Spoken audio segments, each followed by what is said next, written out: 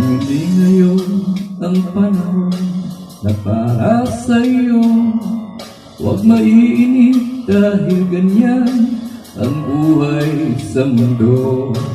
Huwag mawawalan ng pag-asa, darating din ang ligaya. Ang isipin mo'y may bukas pa na mayroong saya. Kabigo ay hindi hadlang upang tumakas ka. Huwag kang iiwas pag nag-ibigo, dapat na lumaban ka.